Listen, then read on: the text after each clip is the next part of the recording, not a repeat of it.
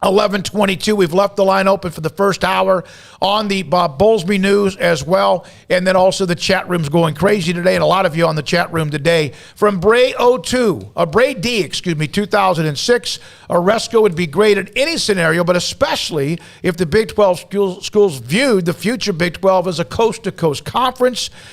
Mike, I'm now fearful phase 2 expansion won't happen. And Boise State, USF, SMU, Memphis, or whoever may get left out. There's a lot. Don't remember, we had Bob Bowlsby on. What was it, a month or two ago? Mm-hmm. And he did not shut the door on that. But again, who knows what the future does hold. Remember, the commissioner is not, it's not an autocrat that comes in and says, these are the way that we're doing things. He serves at the pleasure of the presidents and the ADs. Yep. And so if the presidents and ADs want it, okay, for example, if you think the commissioner had that much power, then why is Dan Beebe not still the boss doing what he wants to do? It's because he served at the pleasure of the ADs and presidents, and the whole thing fell apart. Bob Bowlsby, he has his own ideas, his input in leadership, but at the end of the day, he's beholden to what he's the leader of the conference based on what they want to say. So it's not what Bob Bowlsby wants, it's what the member institutions all vote and agree upon, and then he is the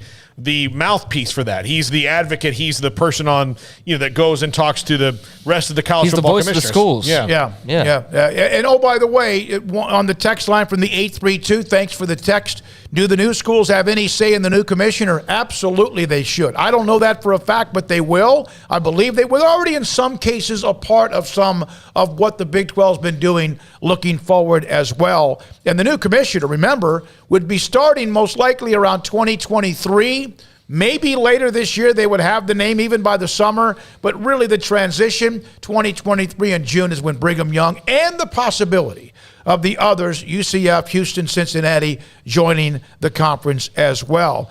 And oh, by the way, when I brought up the cease and desist Bowlsby to the ESPN, because there may have been that little pipeline with ESPN, the American Conference, etc., well, Oresco has a pretty good relationship with ESPN if that's the case, and maybe that's something to think about as well. Pick up where you left off, negotiations, I guess, or start there with what you just had been talking to ESPN about. No, I mean, yeah, he makes a lot of sense. It would be weird because of what happened this last summer, but I don't think anybody would blink an eye if he made that move. Again, it's a step up. Everybody can talk all they want to about the Power 5 and Big 12 being endangered species as far as the power conferences go. I mean, I don't think we really have a whole lot of evidence to believe that right now. I think we've got more to believe that they will be a part of it than not.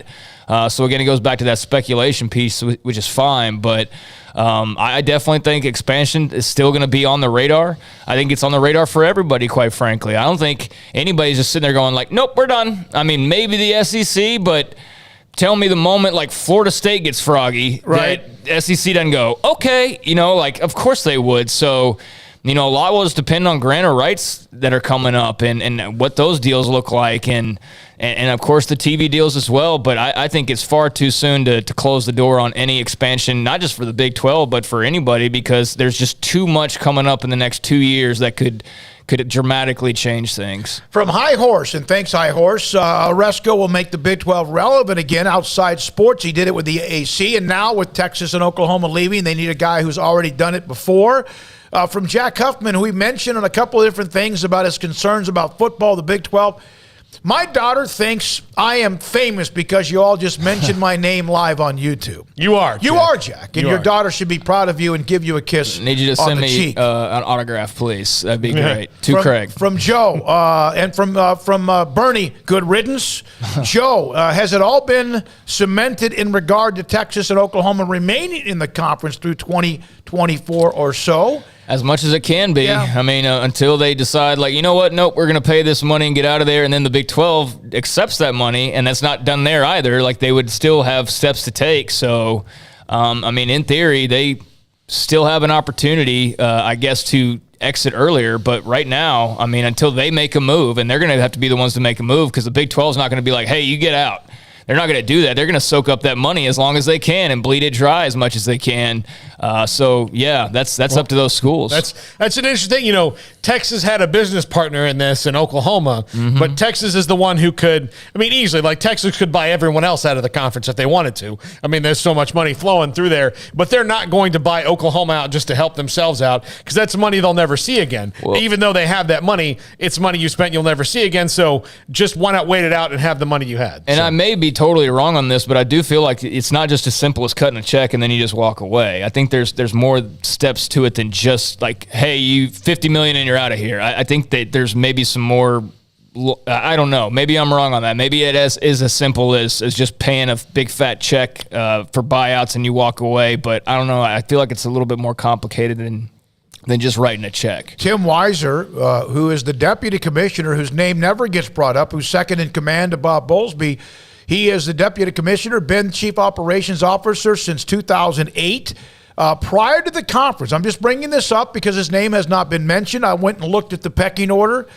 He was the director of athletics at Kansas State for 7-8 years. During that time, of course, they won the conference in top-tier sports, football, volleyball, women's basketball in 1 year. So that's part of his history. He's been the AD at Colorado State, been a part of administration at Wichita State, among others, as well. So just a name, not saying anything, but that's second in command to Bob Bowlsby among the Big 12 pecking order. Ed Stewart's a name that I brought up, who's also been a part of the staff as well. Yeah, maybe it'd be great. I have no idea. I know that wouldn't create much of a buzz, but I don't know if that's what they're trying to do, ultimately anyways. Some teams some franchises, some companies like to, have that buzzy kind of signing, like down at A&M, for example. They want the buzz and not Buzz Williams necessarily, but yeah, he wouldn't be a big splash, but if he's well suited for it and would be great, then yeah, by all means. And I think what I'm thinking of with the buyout stuff is that the TV rights are still under Big 12 control. So you could go and I guess pay that money or whatever, but the Big 12 still owns you through 2024, 2025. That's what I'm referring to. So it's like, you can get out, but they're still making money off of you until that runs out. Yeah, and the other thing is, again, if you want to say, we'll buy ourselves out, they could just wait it out and leave, and then no one has to spend any money they don't have to spend. $50 million or whatever. Remember the clause that it's through 2099.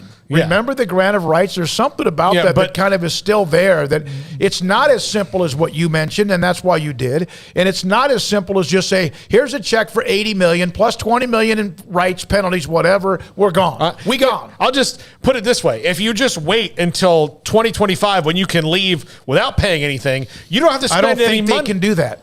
I don't think they can just walk out the door after 24, 25 and just not pay a dime. Well, at least not with the massive penalties they have. I'm sure there's something, but the extra, without paying that extra money, if you don't have to do that, then don't. Right. Because you'll never see it again. No matter if you're Texas.